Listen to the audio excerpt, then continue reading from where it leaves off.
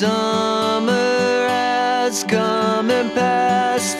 The innocent can never. ايه سبب هزيمة الأهلي والزمالك في بطولة أفريقيا؟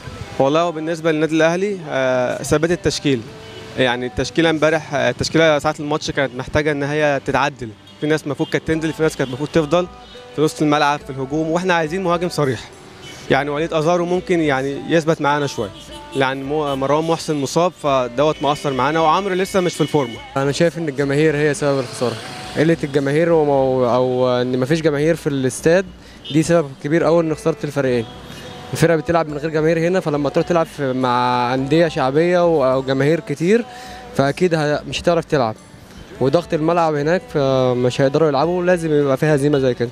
الفرق اللي كانوا بيلعبوها فرق كويسة، يعني مش زي منافسة في الدوري. لا، الفرقة دي كانت فرقة كويسة، اتحاد العاصمة والفريق الثاني بتاع الأهلي ده الوداد المغربي. هو بالنسبة للأهلي حسام البدري، يعني حسام البدري سوء إدارة منه، سوء اختيار لعيبة. عنده عبد الله السعيد من أول الماتش وحش، ما ينزل صالح جمعة يشوف حد مكانه. هو حسام البدري قافل على لعيبة معينة، هي دي بس الزمالك برضه هو الروح بتاعت الزمالك نفسها مش موجودة. مدرب كويس ولاعيبه كويسه، بس هي الروح بتاعت اللعيبه نفسها بس هي اللي مش موجوده. بالنسبه لحسام البدري المفروض بصراحه يعني كده حلو قوي لحد كده كفايه.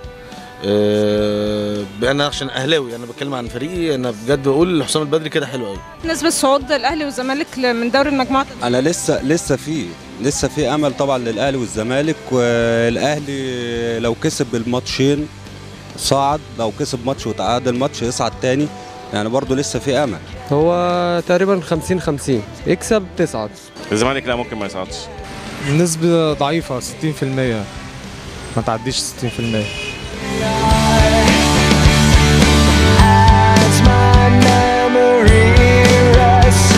But never forgets what I